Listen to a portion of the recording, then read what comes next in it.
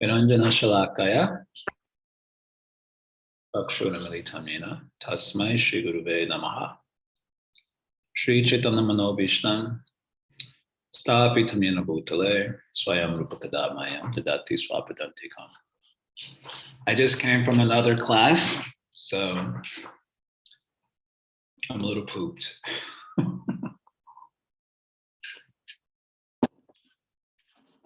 So there was a little bit of a lackluster Mangalacharan, but I promise you I was still seeking mercy to explain anything. We want to discuss a book today.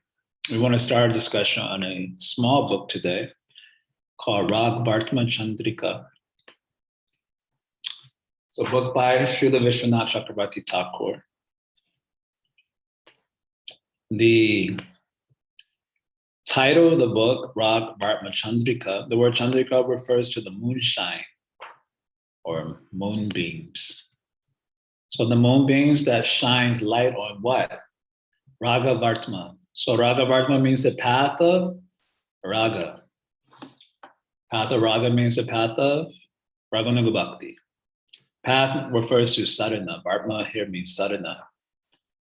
So the path of sadhana bhakti characterized by Raga. So the path of Raganuga Bhakti. Moonbeams that shine light on the path of Raganuga Bhakti.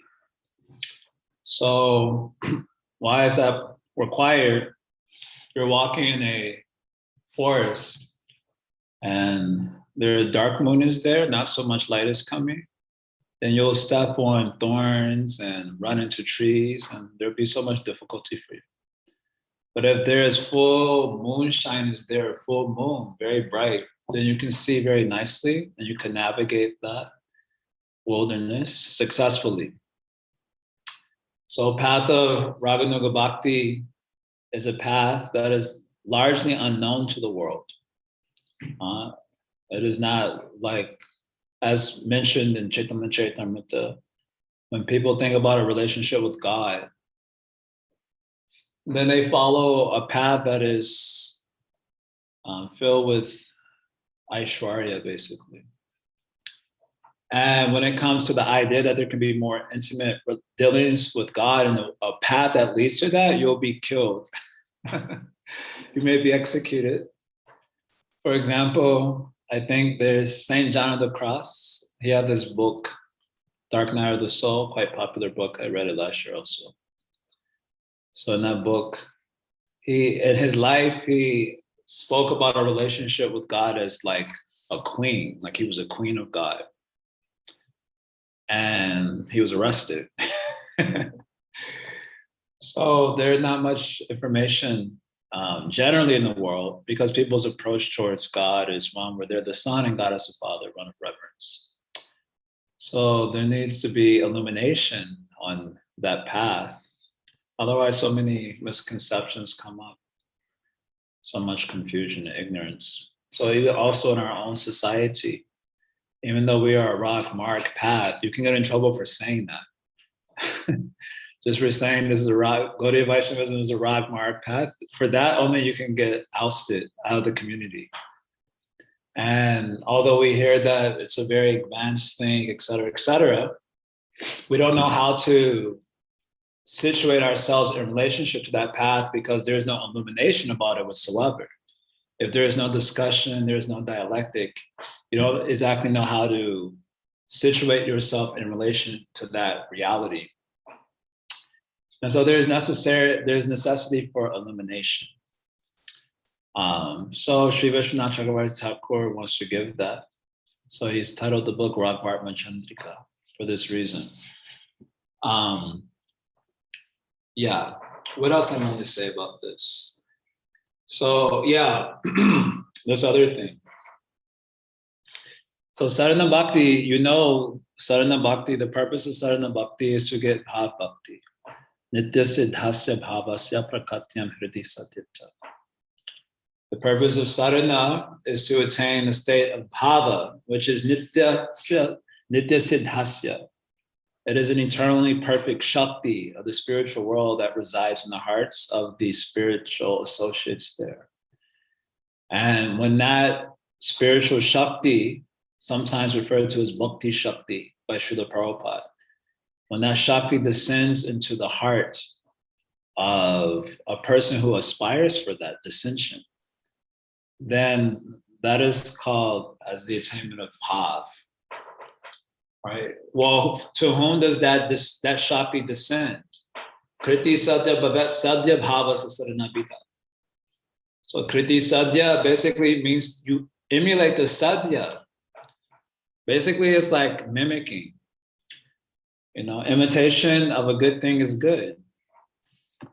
So Kriti Sadhya means with your body, mind, and words. In other words, with your senses. In spiritual life, generally, the senses are considered negative.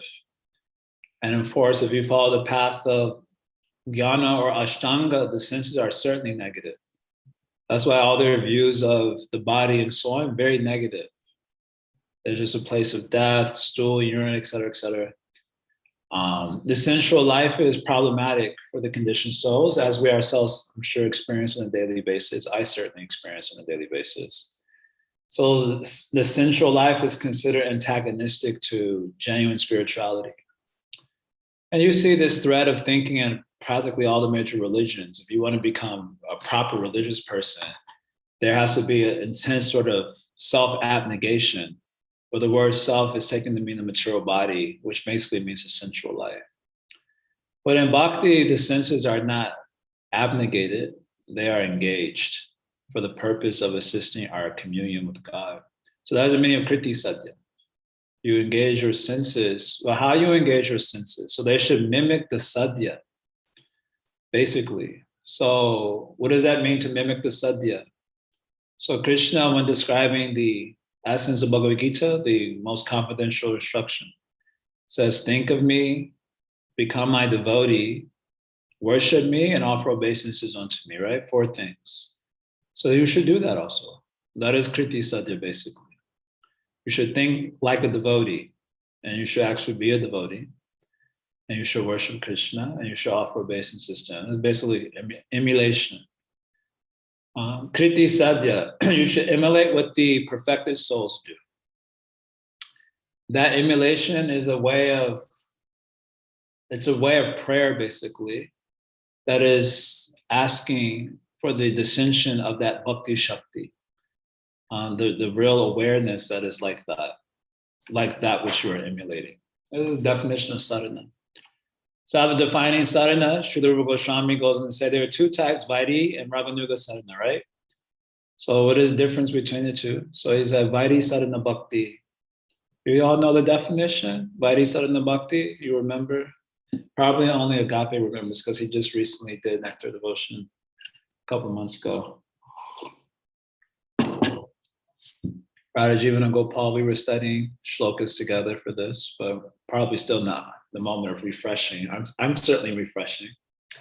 Vaidhi Bhakti is defined as Yatra Raga Anabhaktatvat Pravitra Upajayate Shashane Naiva Shastrasya Sabhairi Bhaktur Uchate.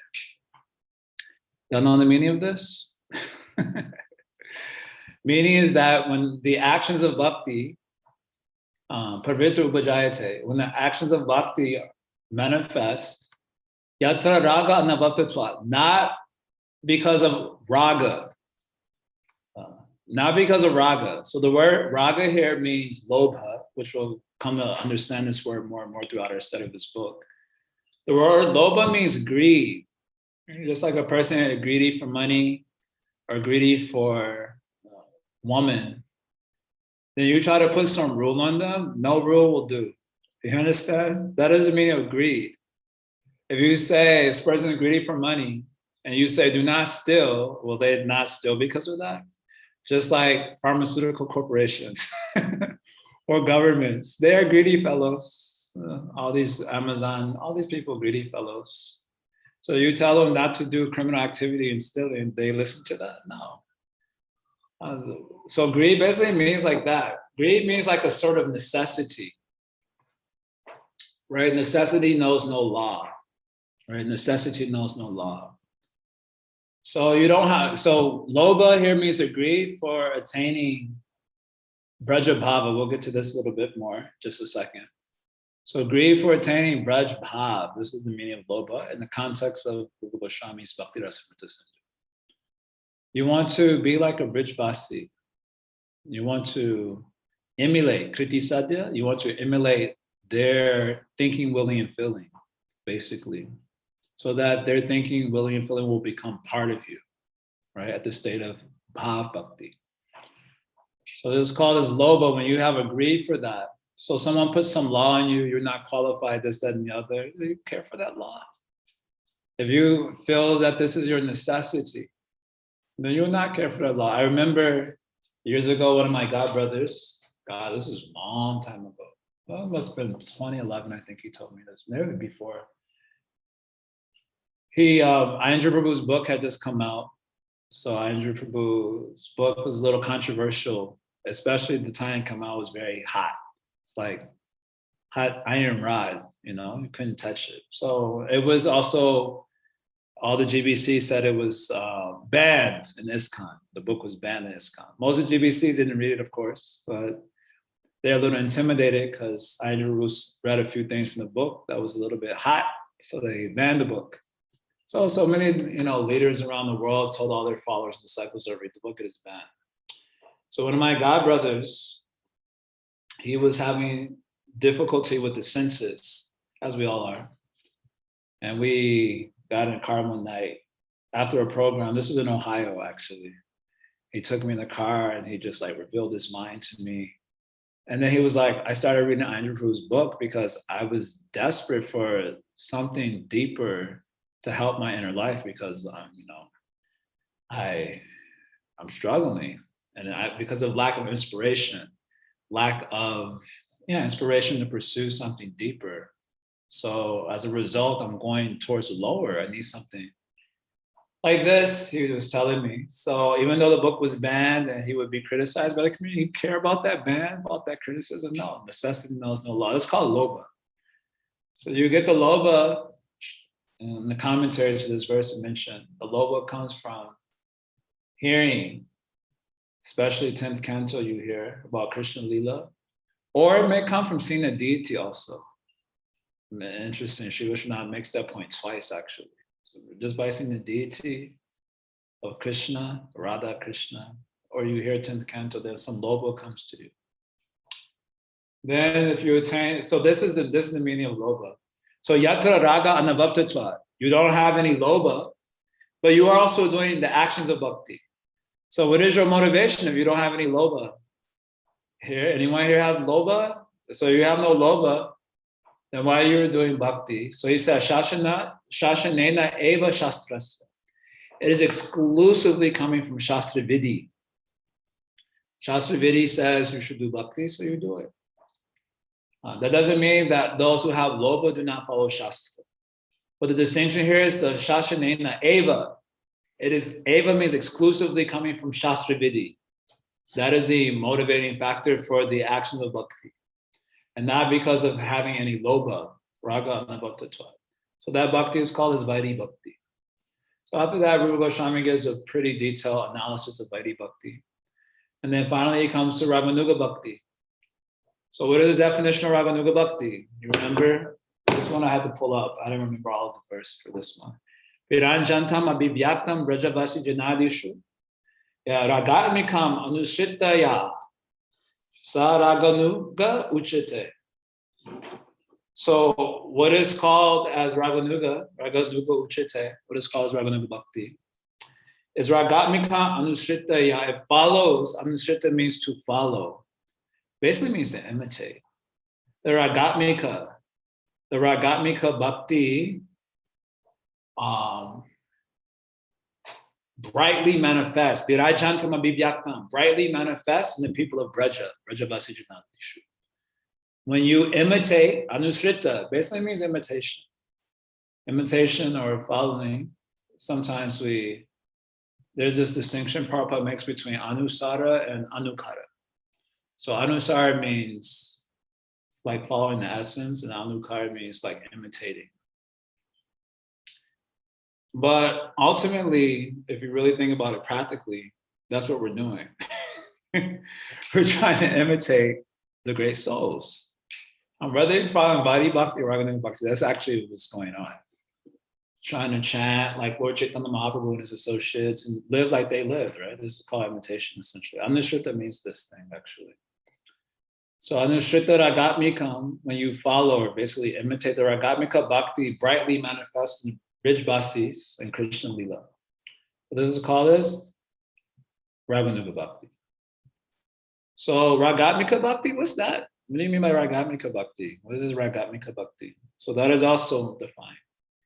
Ishtre Swarasiki Raga Paravishata Paramavishata Bhavat.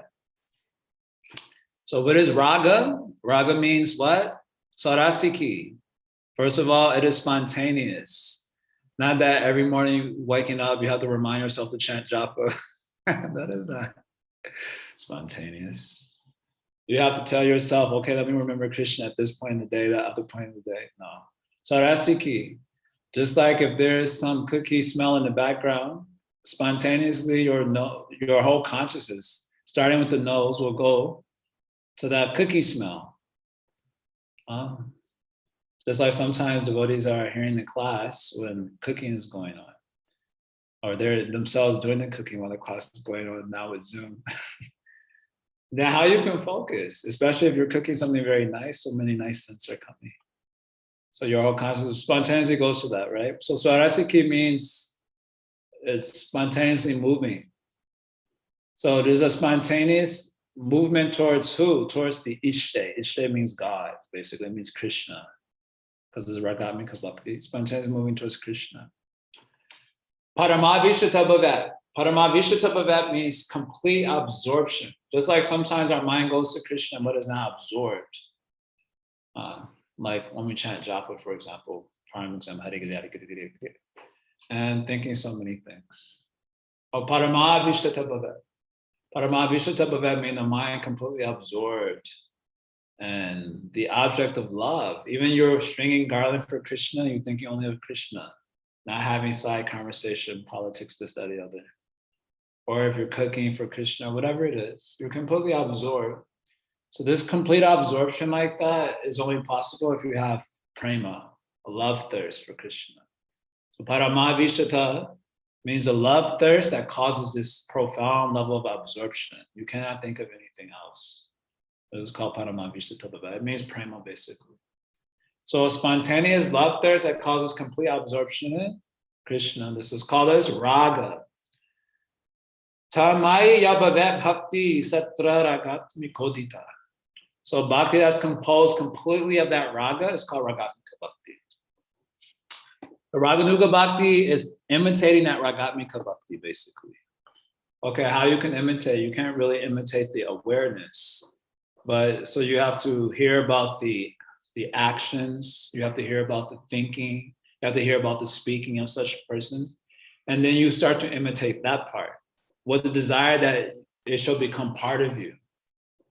So you hear about how the Brijbasis think. That was very important. We'll get to that a little bit more. You hear about how they speak, and you see what they do. Then you live your life like this. This is called basically Anushrita. Ragatmikam Anushrita, following the Ragatmika devotees, Brijbasis. So, not so much information. So this, I'm giving definition here of Sadhana Bhakti, Vairi Bhakti, Raganuga Bhakti. So why Sri Vishwanath Chakravarti Thakur is given this Ragvartma Chandrika? Why does this Raganuga Bhakti require illumination? Another question I want to ask. Because it means the moonbeams that illumines the path of Raga, Raganuga Bhakti. So why does path require so much illumination? So there's a reason for this. So let's get into that. So we're going to look at the first two verses. Now this Ragvartma Chandrika has, I think, like 22, I wouldn't say verses, they're more like statements. Some of them are like verses, some of them are like sentences, but there's 22 of them. So it's a relatively short book. And I'll not be taking like one verse at a time. Sometimes I'll take a few groups like this. Today I'll only be taking the Mangal Charan verses today, the first two verses. Because I've already explained a lot and I'm tired. Drink some tea.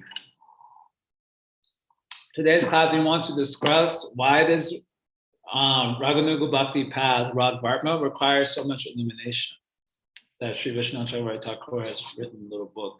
That's the question I want to explore for this class, to keep the focus. Why it requires illumination? So in answering that question, we'll look at the first verse here quickly, somewhat quickly. So Sri Vishwanath is telling here, this is opening verse, he gives his obeisances to the devotees. He says here, Sri Rupa Vak Sudha Swadi Chakore Bhyo Namo Namaha Yesham Kripalavayar Bhakshay Ragavartmani Chandrika. I'll read the translation given here. This one is from Pure Bhakti website. So it's from the Ryan Marsh's translation, or I don't know if it's his translation, but this is the one produced by them. So with great humility and veneration, I offer obeisances again and again to those devotees who, like Chakota birds, are always relishing the nectar of the words of Sri Rupa Goswami. On the strength of just a slight merciful glance from them, I am beginning this book, which is like a moonbeam, illuminating the path of spontaneous devotion. Okay, let's look at this real quick. So his obeisances again and again, Namo Namaha, to the Vaishnavas who are like Chakota birds. So you know what is a Shakur bird? The Shakur bird is apparently it is a bird that exists only, that lives on moonbeams. It just lives by, I guess, eating, so to speak, the nectar that can be found in the moonbeams. His whole existence is, he survives just on moonlight. This is the myth around the Chakora bird, at least in poetry. And in Indian poetry, the Chakora bird is used to describe one who exists or who survives simply by taking the light from the moon rays. That's how he lives. Also, apparently, in the poetry of many Indian literatures, these Chakora birds, they had, when the moon would rise in the nighttime, apparently it could be seen, at least it was seen by the poets who described them, that these Shakur birds, they would have a like a supernatural preoccupation with staring at the moon. So they would just, the moon would rise and they would just stare at it without leaving it, for hours and hours and hours, just looking at the moon. So in poetry, the Shakur bird became associated with one who is absorbed, having like a love absorption in an object that they're far from them. Or when there's separation, you cannot but think of them. So it became related to like love and passion, as the moon is often associated with pastimes of love, the amorous lila.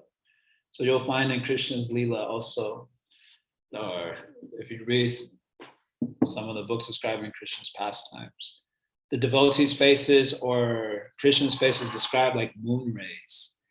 And the devotees of Krishna described like Shakur birds living simply on those moon rays, coming from the moon-like face of their lover, who there at the present moment, maybe some separation is there and so on. So the devotees here are described as Shakur birds. They're living on the moon rays. The moon rays coming from whom? Sri Rupa Vak Sudha Swadi. They're tasting the nectar. So the moon also gives the nectar, right? So the birds must be, at least in the mythological sense, they're surviving on the amrita that is found in the moon rays. So these devotees are surviving on the amrita. Sudha Swadi means tasting the Sudha, the nectar, from the moon rays of what? Sri Rupa Vak, the words of Sri Rupa Goswami. Sri Rupa Goswami's words are compared to moon rays. Inside those moon rays, there is nectar, amrita, the nectar that will give the immortality. Like we have this verse, Tavakata amritam tapta jivanam. Isn't it? Kavi beriditam, kal mashalpaham, shavana mangalam shrimaratatam, Buri Grinantiye. Buri Dajana, this verse from Gopi Gita. So the gopis are telling Krishna, Tavakata amrita. Your kata is amrita. Well, there's so much amrita is there in Svargaloka. Amrita is also there in Svargaloka. So you're saying my kata is like the Svargaloka amrita? No. Your kata is categorically different from the amrita and Swargaloka. Tapta Jivana, because it removes the affliction of samsara, the affliction, the Jivas, Tapta Jivana means the affliction of the Jivas who are suffering in the ocean of samsara. So this Amrita gives that liberation, basically. So Sri Rupa Vak, Sudaswati, the devotees are tasting the Amrita, that Amrita which gives liberation, which is in the words which are compared to moon rays here, Sri Rupa Goswami, Sri Rupa Vak. So devotees are encouraged to become like chakora birds. So we are like some useless bird. I don't know what is an example of a useless bird, but whatever the example is, we're like that bird only. So the Goswami, so many acharyas, they're giving moon rays, but we're not able to get the nectar from it. So in that way, life is useless. But if we become like chakora birds and we agree not to live on other things, basically that means not to take other shelters. And we will only be fed by this one shelter. Okay, every now and again, I'll dibble dabble here and there, but not because taking shelter there. Because I have a little bit of a nonsense mentality, so I dibble dabble a little bit here, dibble dabble a little bit over there, dibble dabble over there. But we only agree to take shelter here in the words of the Goswamis, words of the acharyas. Then we become like chakora birds, basically, that can access the Amrita in those moon rays. So the devotees, the real devotees are like this. They're tasting Gaudiya Vaishnava, pure devotees. They're chakora birds. They're tasting the Amrita and Srila Rupa Goswami's Bhak. So what is his Bhak here? I take it the Bhak here specifically refers to books like Bhakti Rasa Amrita Sindhu, Ujjala Nilamani. Because Sri Vishwanath Chakravarti Thakur comes a little bit later, after Rupa Goswami. So he's offering his obeisance to the devotees who are taking shelter of those words. But what words? Must be the words of Bhakti Rasa Amrita Sindhu, Sri Ujjala Nilamani. Why those books specifically? Well, aside from the fact that these two books are Srila Rupa Goswami's magnum opus, it's basically the main book, his main or central composition. But as far as the context of the book is concerned, Ragvartma Chandrika, it wants to shine light on the path of Raganuga Bhakti, which means shining light on the moods, the speaking, feeling, and willing of the Brijvasis. So in these two books particularly, Bhakti Rasamrita Sindhu, Sri Ujjala Nilamani, all this is described. First of all, Raganuga Bhakti is described in Bhakti Rasamrita Sindhu book only. But the information that you require to follow the path of Rag, which means you need to understand the moods of the Brijvasis, that is elaborated on in the, next part of the book, after the sadhana part, or the Bhagavad Gita part, the general bhakti part. Then there's the parts that deal with the inner life of the Brijvasis, basically, in Shanta, Dasya, Sakya, Madhurya Rasas. And of course, Madhurya Rasa, which is touched on in BRS, so you have to give a whole separate book for the Madhurya Rasa, that's Ujjala Nilamani. So these two books, they are this must be the Bhak that he's referring to, the devotees who are surviving on that moon ray of these two particular books produced by Srila Rupa Goswami. Why these two particular books also? Because as we say every day, Sri Chaitanya Mano Vishtam, Stapitam Yena Bhutale. What is the meaning of this verse? So Srila Rupa Goswami is established on the earth, on the Bhumando, the Mano Abhishta, the desire of Srila Chaitanya Mahaprabhu. So desire, Mano Abhishtam, Mahaprabhu has two divisions, the internal, external. So the external is the one that relates to us. So his external purpose is to do what? If you read Chaitamrita, Mahaprabhu's external purpose is to give cow protection? No. I got into a little bit of a squabble yesterday, not on purpose. I was sharing some inspiring quotes from Andrew's book, and one devotee found fault because he thought the quote I was sharing was disparaging cow protection. And he said cow protection is part of the Krishna consciousness movement. That's okay. We don't exactly deny that. But the quote was affirming that Lord Chaitanya came, this is Lord Chaitanya's Sankirtan movement, not his cow protection movement. That was what the quote was saying like this. So he took it as a diss. I said it's not a diss of cow protection, it's an affirmation of Yuga Dharma, of Sankirtan. But why? Because Mahaprabhu came to, he actually, according to Kaviraj Goswami, he wanted to distribute Braja Bhav. That's what it says specifically. His external reason for Krishna appearing as Mahaprabhu was to distribute Braj Bhav, right? And what is Braj Bhav? Bhav means Vikara Mano Sabhava. Bhava means a transformation of the mind. It specifically refers to the Chitta Vritti. You know how the mind has these Chitta Vrittis? I often joke about this in terms of the Chitta Vrittis. They just keep going all the time. Even classes going on right now, the Chitta Vrittis are going. Sorry, sidebar. Growing up, I remember seeing this one episode of The Simpsons where Bart was looking at all his, Bart one day was walking around and wherever he looked, he only heard people going blah, blah, blah, blah, blah, blah, blah. He couldn't hear any other vibration in his head. Well, it's called Chitta Vritti. The transformations of the Chitta, mind fluctuations or whatever you want to translate it as. So Bhava refers to the Chitta Vrittis that arise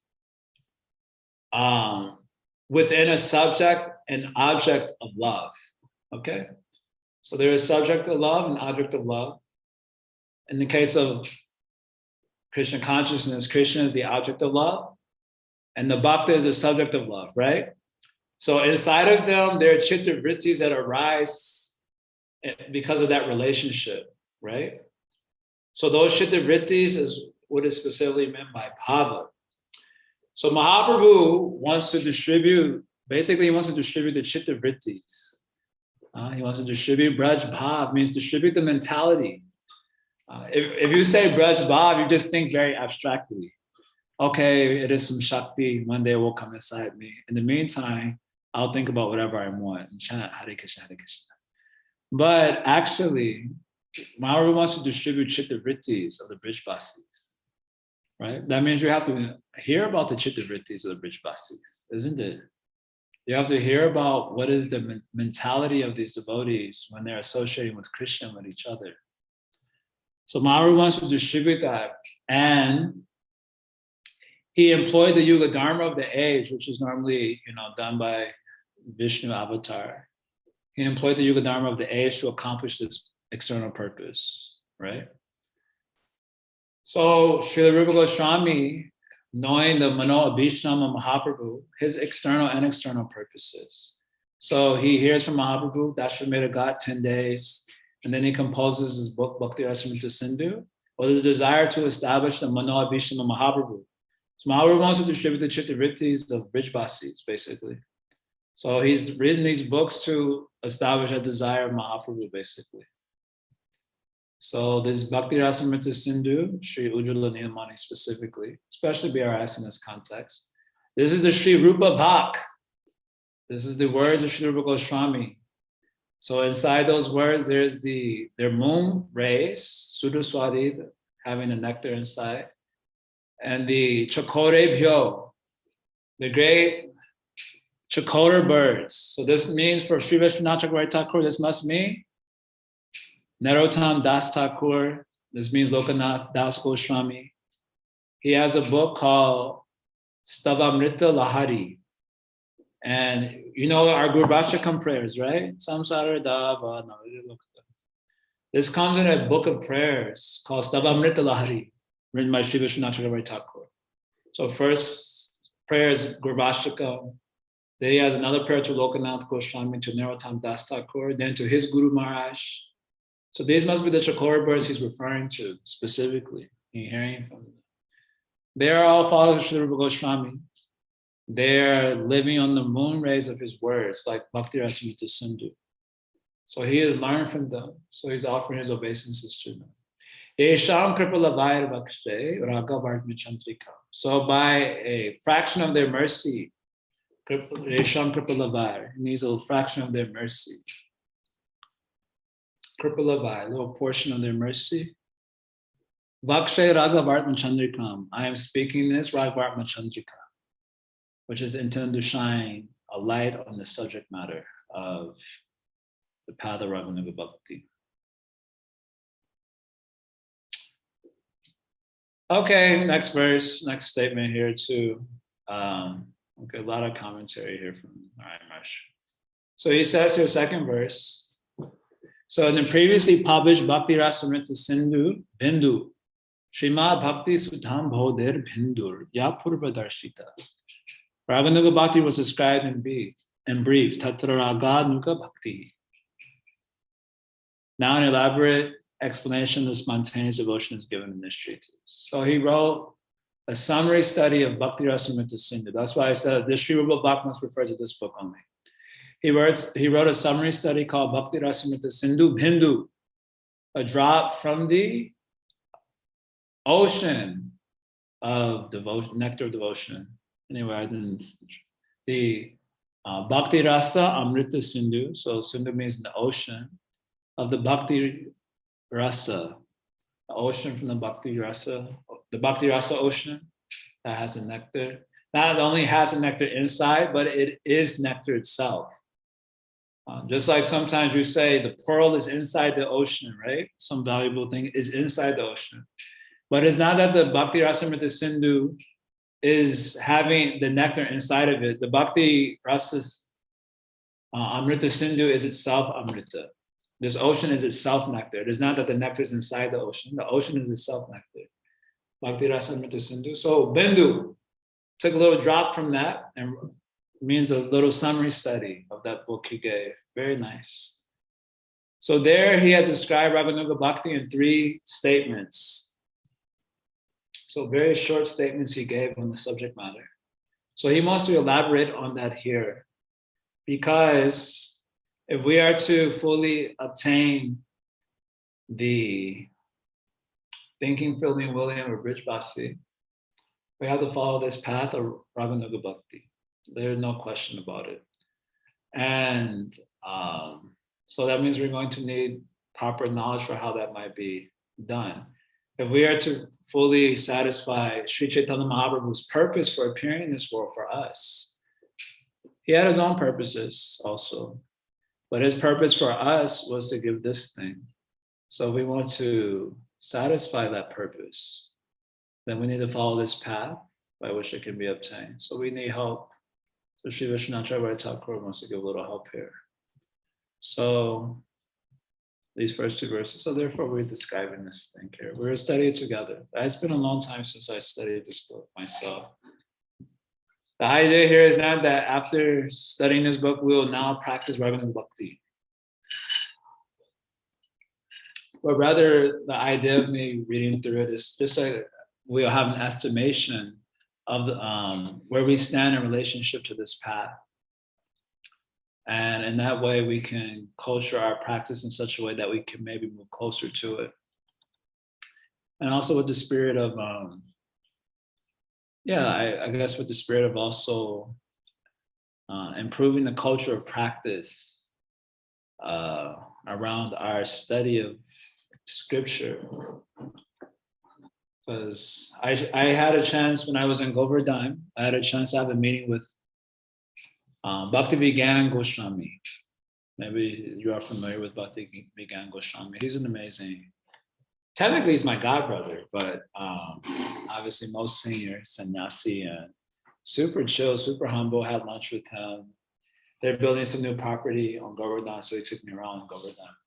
But I got a chance to ask him a question, and my question to him was that my observation is that the more devotees know, the more it appears that their devotional practice is muted in terms of the fervor of it. Because now everyone thinks they know everything. So then if you know everything, then your practice doesn't have any edge to it. You know, it's just like when you go from, just in the practical world, when you're going from an unknown, moving from a known space to an unknown space, the level of attention that you have to summon when you're in an unknown space is profound. Because of the nature of the unknown space. It's like coming to India for the first time. You're very attentive to everything. Who's walking towards you, even their countenance, why they're looking at me like that. Like you have to summon a profound level of attention because you're in an unknown space. And the unknown space, as the unknown space, sometimes referred to as the liminal space, has all the potential in it. Potential is not in the known space. You got to get out of the comfort zone, out of the familiar, enter into the unknown space where all the potential lies. But also it's chaos, it's unfamiliar, it's insecure, it's all of that together, but your potential is there. And you have to summon a profound level of attentiveness because you're in an unknown space.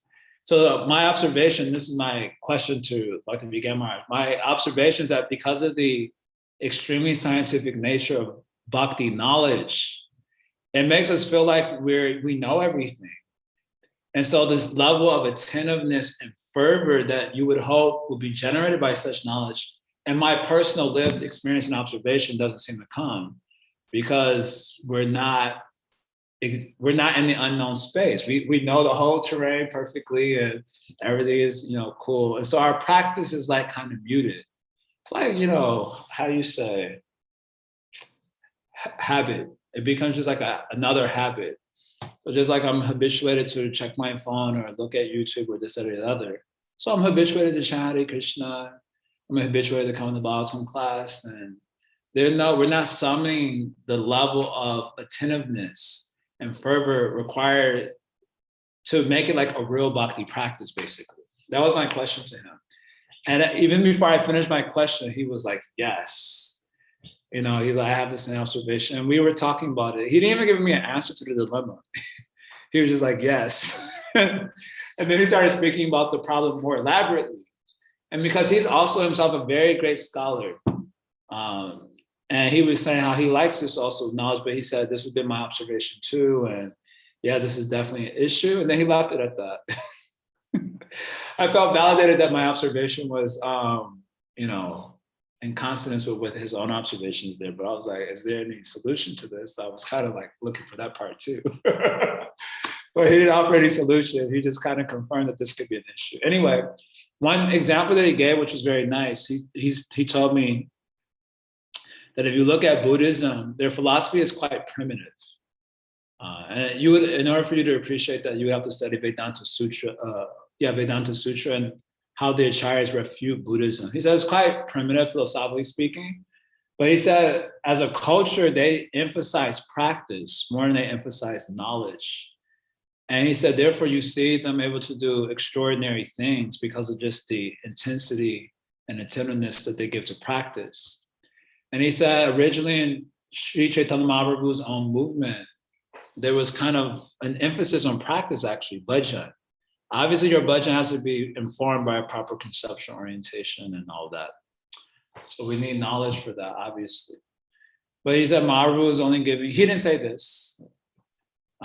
It was, as he was speaking, this came in my mind. Mahaprabhu himself didn't give that much knowledge. He left that work to the Goswamis, of course. But mostly he just lived his life absorbed in practice. So he said, this is supposed to be the mainstay of Christian conscious life, our bhajan, our practice, which does require proper conceptions and orientation. So we're studying this book for this reason. But mostly with the view of inspiring a depth and an attentiveness and a fervor in practice. The things that the things that would spontaneously arise if you were moving from a known space to an unknown space. And then maybe this is also the spirit of the moon, Ragvartma Chandrika. He's saying moonbeam. He could have used sun ray also. Why is he saying moonbeam? Because the moon ray comes in the nighttime. So darkness itself is already, in one sense, as a symbol of these, it's fear. It's a scary place. It's an unknown place, actually. Even if you're walking around a very familiar area, like your own home, when the lights are out, you get nervous. Especially depending on like if you didn't clean up properly or whatever, you know, what's that shot over there? Is it looking at me? Is it something over there? You get a little nervous. So maybe this is a speculation, by the way. So you can take it or leave it. But perhaps the moon ray analogy is indicating this also. Moving in darkness. So when you're moving in darkness, even when the moon ray is there, you have to move with attentiveness and assiduousness, like very careful and with fervor. So anyway, this is the spirit of why I wanted to look at this book for myself at least. And we had talked about it also at the Madhurika meeting. So I'm just taking the opportunity to do it now. It's already 9 o'clock, so I'm going to pause there and we can do some more tomorrow. So we'll stop here. I heard Shakur only drinks water from rain. That's a Chataka bird. So he's another one that is Chataka bird only drinks the rainwater. So the Shakur bird drinks the moon ray. That is the difference there. Interesting. Lord Chaitanya's book distribution movement. Yeah, so Andrew also denied that statement in the quote that I didn't say deny it. He affirmed chanting with Kol and Kartala, even over book distribution. Okay, anyone wants to? Nice to have you back, Prabhu. Hare Krishna. Thank you. Agape Prabhu, want to say something? Hare Krishna, Prabhu. So great to have you back. Yeah. And I'm really excited that we're about to go on through these different pieces, the works of the Goswamis. So grateful for that. So my question is basically, the main thrust of this class has been about the importance of studying, learning more about Raganuga, and so that we can embark on that path. And this is a point that you've made often, and a couple other devotees have heard make this point on how it's important that we understand what Raganuga is and how to get there. And that isn't necessarily encouraged in other parts of our movement. And so my question is, zeroing in on something that you said towards the beginning of the class. Sri Vishwanath Chakravarti Thakur said, you said a couple times, he mentions that Raga Lobha can come from looking at the deity. And so I guess my question is, I might be skipping ahead here, but my question is, does this mindset need to be like a prerequisite? Does the knowledge need to be a prerequisite before, like studying the Chittavrittis of the Vrajavasis? Is that a prerequisite before getting Lobha not from Lobha? Okay. So this just will be mentioned also. This will be mentioned actually in the very outside. I think what we'll look at tomorrow, it will be mentioned there also, I think. Well, basically the only cause of Lobha, and this is the very last verse of the second chapter of the first wave of Bhakti Rasamrita Sindhu. It was like 309, I think, 309 or something. The only cause of Lobha is the Kripa of Bhagavan or the Kripa of his Bhakta. He said there's only cause of getting the Lobha. So Kripa not depending on you in any way. But Kripa just coming from above to below, basically. So you may be having knowledge or you may be a complete ignorant fool also. And you can get Kripa. So yeah, being properly situated in knowledge is not required to get Lobha. Now, if you get Lobha, that is the beginning of the Adhikar for Raganuga Bhakti. So we'll hear that tomorrow also. So you have to embark on the path, so you have to acquire some other faculties. If you have to turn that greed into actual money, so to speak, take it home to the bank. So you're going to require some other things, isn't it? Just being greedy is not enough to get paid. You need other things to get the money. You rob, or steal, or whatever, or you get a job, or become a tyrant. These are different matters of satisfying the greed. But just being greedy is not enough. So after you get the greed, then there is some qualification required to turn that greed into actual currency, so to speak. But to get the greed, that's mercy. So we'll hear that. I think we'll hear it tomorrow. Okay. So thank you for that. So the encouragement that you and other devotees give to learn more about Raganuga is not necessarily to get the greed, although it can be helpful because that's one of the ways is listening to Shastra about the Vrajavasis. But even if one were to attain that mercy, that greed without, following the instruction that y'all are giving by the deity, then they would still need this instruction for the second step of turning that greed into money. Is that understanding correct? Yeah, you'll see this comes up in like the 6th statement or maybe the 5th statement in this Robert Chandrika. He's going to elaborate on this a little bit more here. Yes. Thank you so much, Prabhu. Appreciate you. So excited to have you back. Jaya. Tamir. I see your hand. Hare Krishna, Prabhu. Yeah, Dandavat, Pranam, Prabhu. Yeah. Surprisingly, I woke up today. I don't know how. Yeah. Okay, I don't know. My video is not coming. But yeah, so as Agape Prabhu mentioned about this mercy of devotees. So recently I read some verses and I got like some own understanding, which is different from my previous understanding. So I just wanted to verify. So yeah, so the verse says that Dharma Swanushtita Pungsam Vasudeva Katha Suyaha Notpadayed Yadi Ratim Shrama Evahi Kevalam. So whatever we do, if we don't get that taste for hearing Krishna Katha, then it is like useless labor. So which means whatever we do, particularly in devotional life, the final result it should give to us is that it should, that taste for hearing Krishna Katha. And then it says that, okay, how do we get that taste? Then it says that Shushusho Saddhadanasya Vasudeva Katha Ruchis Yan Mahat Sevaya Vipriya Punya Tirtha Nishevanat. By serving great devotees, we will get the taste.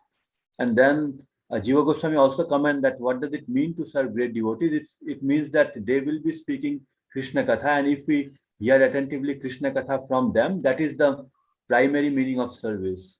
And then automatically, like there are other things which follow, but the main thing which I understood is that when we talk about serving some devotee, it means that the devotee will be speaking Krishna Katha, and then if I go and hear Krishna Katha from him, that is the service which Jiva Goswami is referring to, or which that verse is referring to. And automatically when I get something valuable from someone, then I would like to reciprocate, and then I will do like menial service and other things for them. But that is the something which will follow the main service, which is hearing Krishna Katha from devotees. Like, is that correct understanding? What's the problem? In the context of the verse, Shrama Evi Kevalam. So that is following 126 Bhagavatam, right? So 126 Bhagavatam is answering the first two questions basically of the sages of Namisharana. So the first two questions were, what is the highest good, the absolute highest good, and what does it mean to its attainment? So in answer, the highest good is Prem Bhakti. Savaya Pungsa Paro Dharmo Yato Bhakti Radokshaje, right?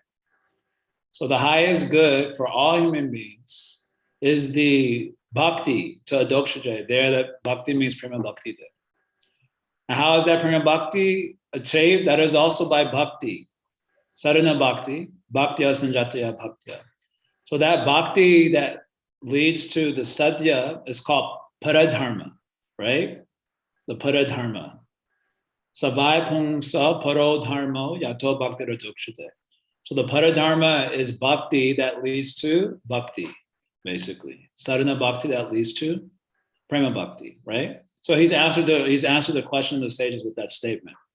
So there are so many other dharmas mentioned in Shastra. So Anushitasya Dharmasya. So he's talking in context, there are other dharmas. You may be fixing other dharma, like Varnashram dharma, specifically in the context. But if that fixity in other dharmas does not generate reti, so reti basically means the sadhya. If that does not generate reti for Krishna Katha, that's how it's used, then that dharma is so much useless labor. It is useless labor in the context of it giving atma suprasidati, satisfaction of the heart, useless. Getting freedom from samsara, useless. So it is so much useless labor in that context because it didn't give you the sadhya. Well, what can give you the sadhya? Only the paradharma can give you the sadhya. That paradharma is sadhana bhakti. So whatever fixity you have in other dharmas, if it does not lead to the sadhya, then that is so much useless labor. He wants to say that. You're endeavoring uselessly. And that way he makes his point about doing the paradharma, concluding with verses like Ata Pumbir Dvijasheshta. What is that? Ata Pumbir Dvijasheshta. Varnashrama Vibhagashaha. Sanushti Tasra Dharmasya Samsiddha Haritoshana. Right? Even if you're doing Varnashram Dharma, the perfection of that is the pleasure of Hari, Samsiddha Haritoshana. And that pleasure of Hari, if that's the goal of Varnashram, Tasmat, therefore, Tasmat, what is the last line? Ekana Manaso. Therefore, with exclusive mind, do Bhakti Yoga, characterized by hearing, chanting, remembering, because that pleases Hari directly, no doubt about it. If the whole goal. So in this way, that whole stint of verses from 1-6 to 1-15, basically, he's making the case for the paradharma, being sadhana bhakti. And no need for doing other dharmas. Just do sadhana bhakti. That's his point, basically. And that will lead to the sadhya, which is rati or prema. So now starting with verse 16, Shushu Shoshuradanasya, Sham Mahasevaya Vipra. That verse, he's describing how this sadhana bhakti comes into a person's life and how it evolves into the sadhya. That is a description there in the next passage from verse 16 to 21, basically. So it comes into a person's life by sadhu sangha, mahasevaya, by mahaseva. So mahaseva means service to the great souls. But that opportunity to serve them comes by their mercy. So the first stage is satam kripam, right? We hear this from Sri Vishwanath. You get their mercy. And then from their mercy, you can serve them. So your question is, well, the main service is to hear from them, right? No doubt. What else does the Guru have in one sense? What is he distributing? He's distributing the consciousness of Krishna. So how he uses that, he has to use his voice to do that mostly. For the most part. So yes, the main service is still the paradharma. All right, the main service is Shravanam. Shravanam is also the paradharma, right? Shravanam is sadhana bhakti only. So what about the other side, like serving Guru's body, all that? That is also included because the Guru, when speaking, if you hear from him, he will also talk about Guru Padashraya. He'll also talk about getting Diksha, Krishna Dikshari Shikshanam. We'll talk about that. Guru Vishram, what is that? Vishrambhena Guru Seva. He also talk about that. Rendering intimate service. It is included within that. But yes, you can say primary duty is to hear. Yes. So then when he hear, he will also be describing the paradharma, right? Like Raganuga Bhakti. Then you have to follow that. So that is okay. I can't imagine that's a new idea for you. We've been saying that for years now. Yeah, and so another thing is that, like, when we say that mercy, so then it means that what we are looking for is that the Guru will give a taste for hearing Krishna Katha. So that is the mercy, because many times we say that go to Maharaj or say, I seek your mercy, but what we seek, so basically what we seek based on these verses is that we seek the taste for hearing Krishna Katha. That what? Yeah, we seek your mercy. Of course, we want the taste, but getting the taste will take some time. Some Krishna or Nama Charitadi Satapa Vidya, Pito Patasarasana Rochikana. Getting taste will take some time. So in the beginning, it is just bitter medicine, right? So we seek your mercy means what? We seek you giving that bitter medicine. Later, when I get the taste, it will become my food stuff that I will eat spontaneously. But right now, the mercy means let them speak to me. Hari Katha, that is their mercy. Ultimately, this means that. It may not be the ruchi, but how you will get the ruchi? Well, you will hear them speak Hari Katha. Maybe it's a little bitter. Bitter means we're not 100% invested in it because of anartha and so on. But they're speaking to you and you're showing up to receive that. So that is mercy coming. What other mercy can we hope for, honestly? Thank you, Prabhu. Thank you. And Athena has a quick question, she says here. Shamgopi has something. Hare Krishna JJP Dandavat Pranams. Welcome. Hari. So I just wanted to try to tie some concepts. So I remember you mentioned there's 3 types of ways to, or liberate or perfected souls, like the sadhana siddhi, one who perfects one's life through sadhana, the kripa siddhi, one who perfects one's life, gets through the mercy of Krishna and the spiritual master. And what was the third one? The third one is called Nitya Siddha, the eternally perfect souls in the spiritual world. Okay. So, well, so I guess the last category wouldn't apply to the jivas in the material world, but Right. I guess the Vaidya Bhakti would, I guess, pertain to the sadhana siddhi, the one who just perfects through the path of Vaidya Bhakti. Is that correct? Yeah, sadhana siddhi can refer to Vaidya Bhakti or Raganuga Bhakti, because those are the 2 types of sadhana. Okay, and then so I guess kripa is just in a completely different. It's just like Kripa means without doing sadhana, you get some high level awareness, so you become Krishna conscious without sadhana. That is called kripa siddhi. Okay, so then that's just in a completely different category. We're talking about Yes. sadhana. Okay, thank you so much. Hare Krishna.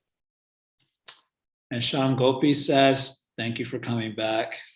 I only feel that there are devotees who feel connected to one or different aspects of Krishna consciousness, or Krishna by distributing books, doing deity worship, setting up farm communities, and serving cows. Of course, the Yuga Dharma to attain perfection is Sankirtan Yajna, but do we really need to be critical of those who aren't strongly attached to the holy names?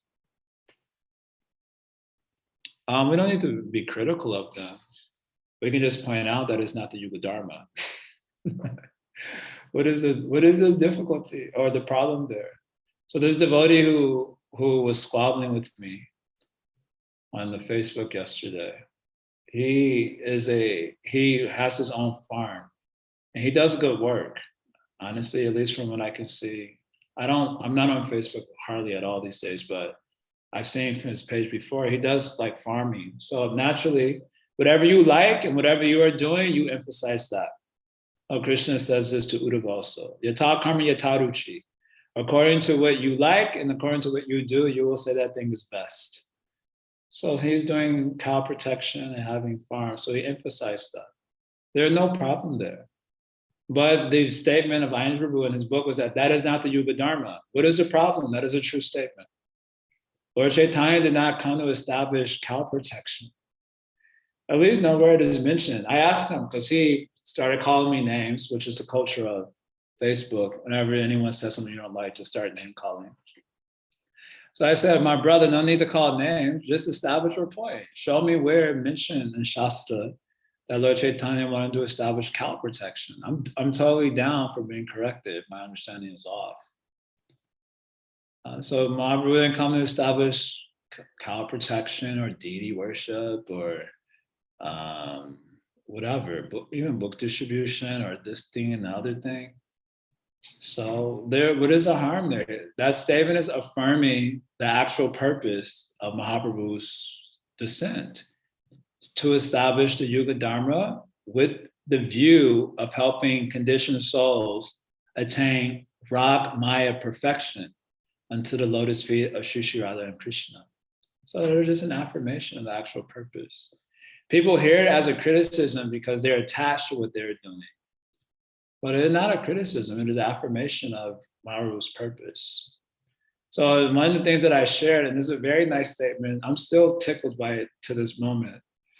But he was describing the Trinary Verse, Trinary Sunichena, Torora Pisahishuna, Amanena, Manadena, Kirtaniya Siddhahari. So Kirtaniya Siddhahari means, in this way you will constantly do kirtan of Hari's names, right? Kirtaniya Siddhahari.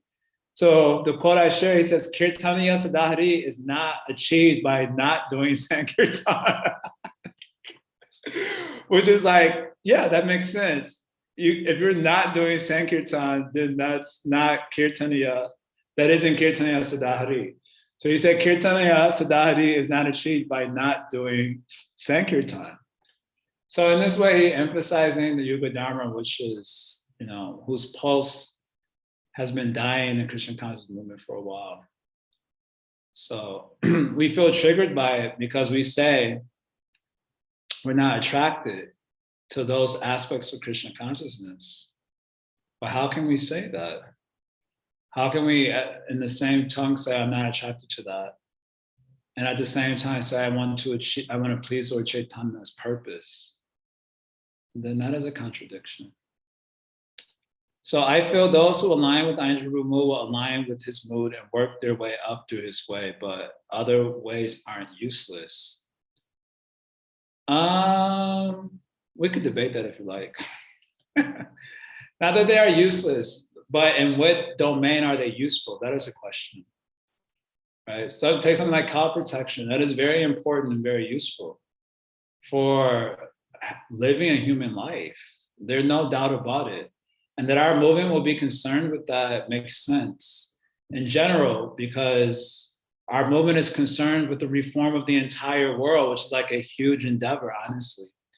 And in order to live like a human being, cow protection is very important. So in that domain, it is extremely important and useful. But in the domain of attaining Krishna Bhakti Rasa, then in that domain, not as useful. Otherwise, you can be a cow protector without becoming Krishna conscious. It's quite possible. So if you want to become Krishna conscious, though, you must. If you want to be, you can do without cow protection and become Krishna conscious by the Yuga Dharma, but you can't become Krishna conscious by neglecting the Yuga Dharma and doing cow protection. So that is his point there. That is an encouragement to do the actual Yuga Dharma, which is going down. Yesterday I was wondering, like, wow, what is stated is that by affirming the Yuga Dharma, people get upset. What is the Krishna conscious movement? It's kind of like this. Okay, all what I'm saying, that why there should be such critics from either sides, can't we find like-minded association where our definition of success is the same? Well, the Bhagavatam does a lot of criticism.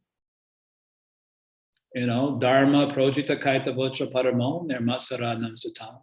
And it warns us, hey, in this Bhagavatam, all cheating religion will be kicked out. What do they mean by that? It means we will criticize it. So karma is criticized, jnana is criticized, yoga is criticized, mixed bhakti is criticized. Yes, mixed bhakti also is criticized. So we're not against the culture of criticism. In fact, to criticize the criticism is a critique, isn't it? So you're not going to get out of that. Why we need to criticize? That itself is a critique. You can't get out of criticizing. So we have to criticize like Krishna and the devotees and not criticize according to our mental speculation. So criticizing doesn't mean hatred. So I think the way that the word translates in our modern social world is like that. When you're criticizing something, it means hatred. So that part is not very good. So criticism, we don't want it to translate as hate. Well, it is a critique. This is not the Yuga Dharma. That is not, it's a criticism. By doing this, you will not gain the perfection. That is a criticism, but that doesn't mean hate. It is a critique that you can find in Shastras. Nama Dushkriti no Mudha, Manushan Tanum Ashrita, Maya Preta Jnana, Asuram Bhava. Krishna criticizing the Mudas and lowest of mankind, knowledge stolen by illusion, demon. All over the Gita, there's so much criticism is coming. Narmraj shares some posts calling the modern civilization asuric. One devotee, she became annoyed and said, why are you calling it asuric? Devotees should be loving and accepting. So I commented, I said, if Krishna can call it asuric, so his devotee can also call it. What is the problem? Be following the footsteps of his Lord only. So we have a criticize. That was her. She was criticizing Namras. So your criticism you cannot get out of. That is impossible. So you have to criticize like the Lord and his devotees. But our problem is we have envy in the heart. So to your point, it is true. When we criticize with the envy in the heart, that hate comes out, then that is problematic for our devotions. And it usually turns into a blasphemy. So perhaps those who embrace Anj Prabhu's mood, but they're not fully clear that some of these heart obstacles, that may lead to problems for them, certainly. But that doesn't take away from the value of the critique being made, which is right on point.